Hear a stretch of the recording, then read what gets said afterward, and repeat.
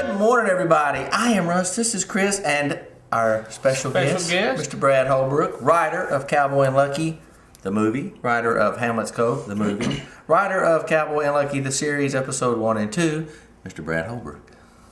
And many other things. Yes.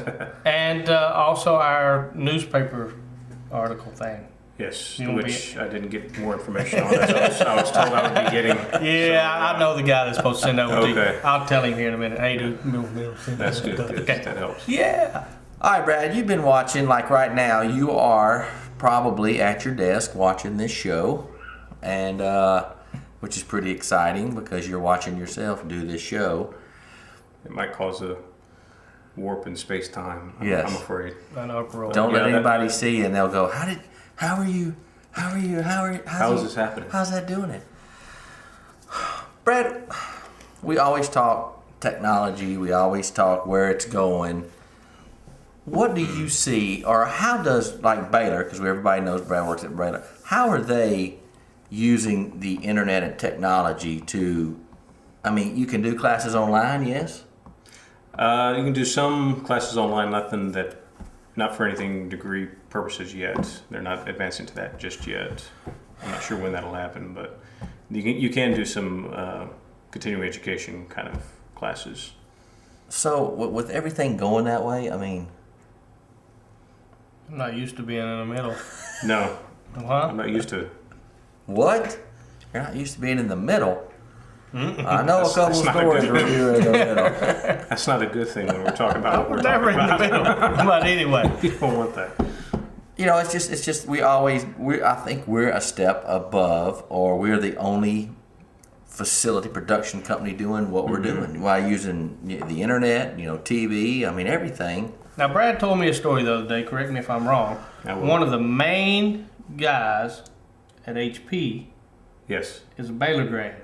No, he's a Texas Tech grad, but he came in. Another couple of people that work in our office are also Texas Tech grads, and went to school with him. And he gone was on to have a talking great about career in same mobile thing technology. we talk about. Mhm. Yeah, he was talking specifically about mobile technology and that the emergence of the iPhone kind of started, and the iPad has taken it to the next level. That the mobile devices is where it's going. He equated it to, I believe, when the internet really started, emerging on the scene, that nobody knew what was going to happen. Nobody knew what was going to be the results, or how far it would go. And he said that's where everybody's at right now with the mobile devices. Nobody knows what's going to happen, but it's the future of technology. So where it goes, we don't know, but the possibilities seem to be endless. He programmed some stuff over at Disney World, which is amazing, which will tell you on your iPhone, your smartphone, where the lines are the heaviest, so you can plan your day. Amazing. If you're exiting a ride and you're walking down in the park, and you'll get an alert that says, hey, there's a show starting in 5 minutes, just 2 minutes to your left, click here and we'll give you directions how to get there.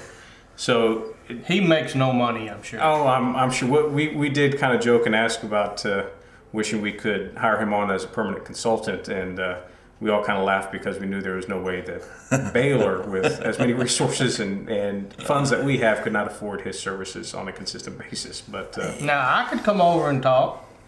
Right? They'd just be talking, though. it would just be talking, and they would thank you for your time.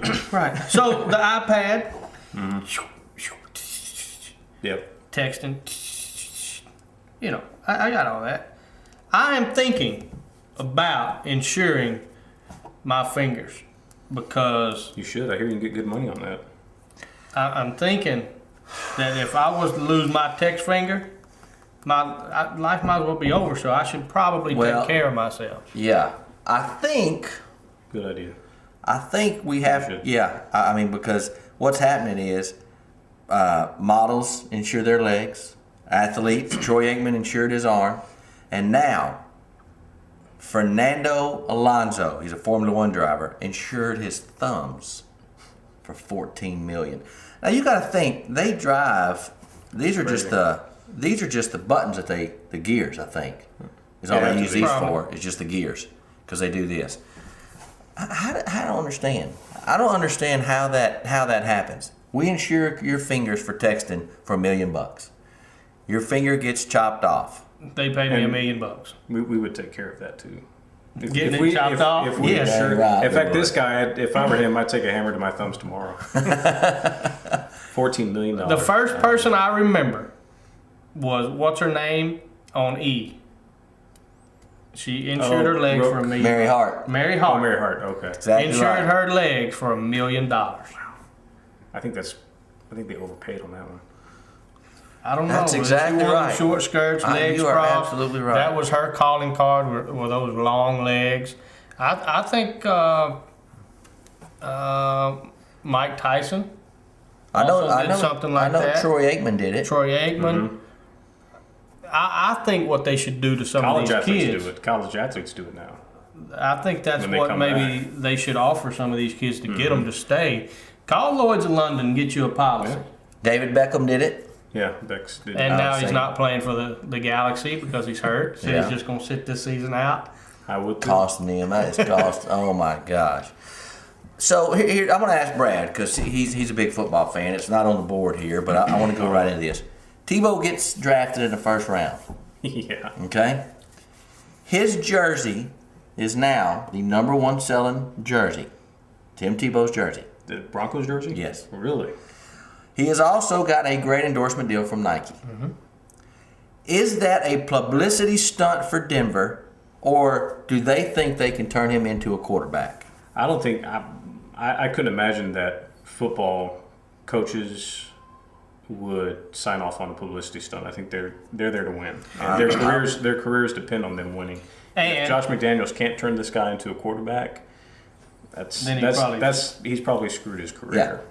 He's bet a lot on this guy.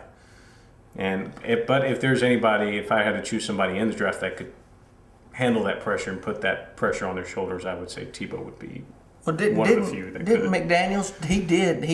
He was a quarterback coach for Tom Brady, Yeah. and Tom Brady gave him a huge praise, saying how he helped him change his mechanics, worked with him, and made him a better quarterback. Yeah. I'm- It's a good marriage. I think with coach and player, you know, you got a player who's very dedicated, has great work ethic, great leadership.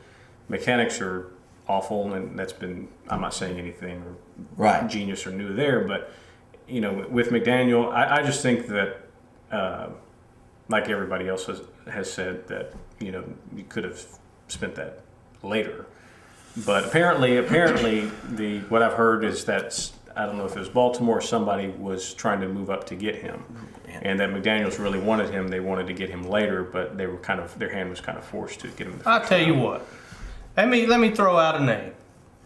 When we talk about mechanics and we talk about all this, when I throw out this name, and his name is Doug Flutie. He's 5'7", should never ever be able to put on a quarterback uniform and play in the NFL. Right. Was a dang good quarterback. Or at college. Because no, I'm saying in the NFL, he won a bunch of games Oh, I'm in the with you. NFL, and he wasn't. But You're a Greek god. He was a winner. that's what I would say. He And played. Tebow's a winner. Yeah. That's what I think. I think the character and the drive to be the best, like Peyton Manning. You know, Yeah. he didn't have the biggest and best arm strength. He's just accurate. And I'm sure McDaniel's thinking, you know, I can teach the kid. I can teach the guy mechanics. I can teach him how to throw a ball. I can teach him how to read defense. I can teach him how to take a snap under center. But I can't teach somebody leadership. I can't teach somebody presence in the huddle. I can't teach somebody work ethic.